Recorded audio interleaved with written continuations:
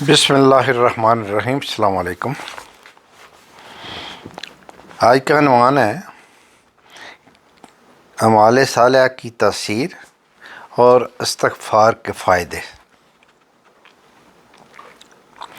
جو انسان متقی ہو استغفار کثرت سے کرے، نبی اکرم صلی اللہ علیہ وسلم پر درود شریف کثرت سے پڑھے، پروردگار عالم دنیا کی پریشانیوں سے محفوظ فرما دیتے ہیں۔ پریشانیاں آتی ہیں، گزر جاتی ہیں، بے چینی کا باعث نہیں بنتی، بلکہ اللہ تعالیٰ پر خلوص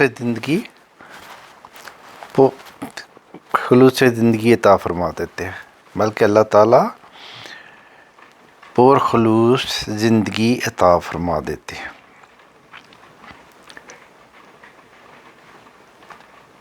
جو کوئی بھی نیک عمل کرے، مرد ہو یا عورت، اور وہ ایمان والا ہو، تو ہم بالضرور اس کو پاکیزہ زندگی عطا کریں گے۔ یہ اللہ تعالیٰ قرآن پاک میں فرماتے ہیں۔ اب یہ پروردگار کا وعدہ ہے قرآن مجید میں کہ مرد ہو یا عورت ہو، اس کو پاکیزہ زندگی دیں گے، خوشگوار زندگی دیں گے، پرسکون زندگی عطا فرمائیں گے۔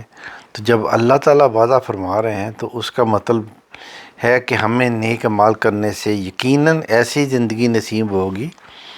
اسی طرح اللہ رب العزت قید سے بچاتے ہیں، بارشیں عطا فرماتے ہیں، پھل عطا فرماتے ہیں، روزی میں برکت عطا فرما دیتے ہیں، تو بندے کو قید سالی کا سامنا نہیں کرنا پڑتا۔ استغفار یہ ہر ضرورت کا علاج ہے، ہر بیماری کا، ہر ضرورت کا علاج ہے۔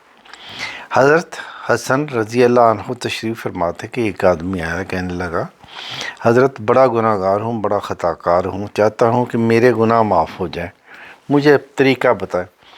فرمانے لگے استغفار کر لیا کرو۔ تھوڑی دیر گزری، ایک اور آدمی آیا، حضرت اس سیزن میں تو بالکل بارش ہوئی ہی نہیں، آپ تو مویشی بھی پانی کو ترستے ہیں، دعا فرمائیے، کوئی عمل بتائیے۔ فرمایا استغفار کر لو۔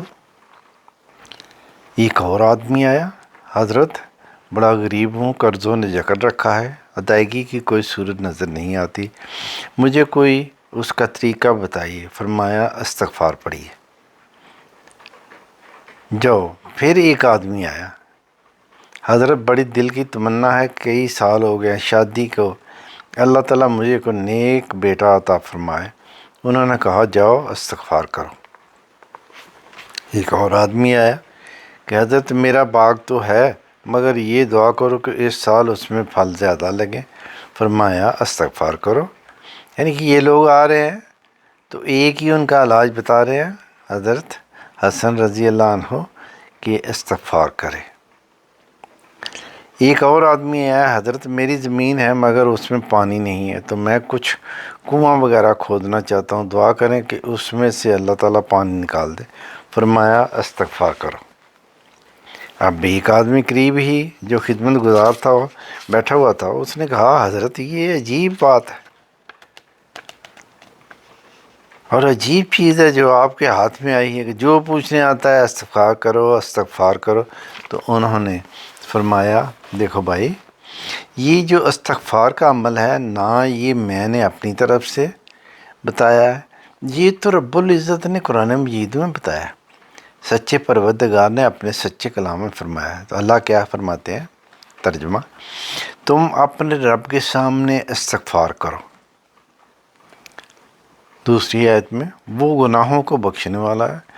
آگے آیت ہے، اور مال سے تمہاری مدد کرے گا، فقر دور ہو جائے گا۔ آگے، اور تمہیں بیٹے عطا کرے گا۔ پھر آگے آیت ہے، اس کا ترجمہ ہے، تمہارے باغوں میں اچھے پھل لگائے گا۔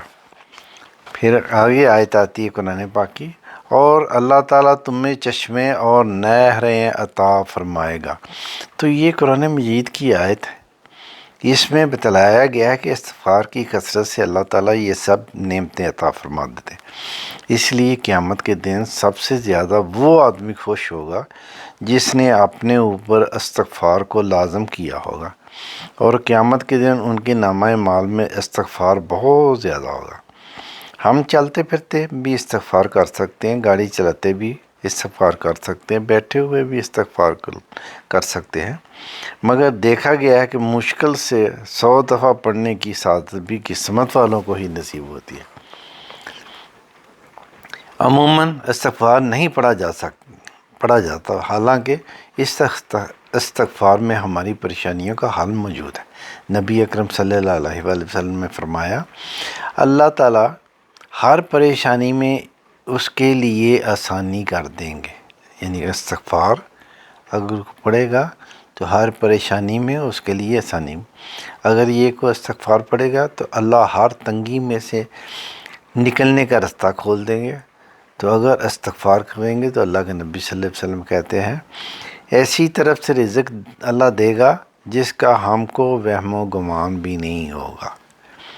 تو استغفار کوئی مشکل لفظ بھی نہیں ہے، استغفر اللہ استغفر اللہ استغفر اللہ۔ تو میرے بھائیوں، اس کو یعنی کہ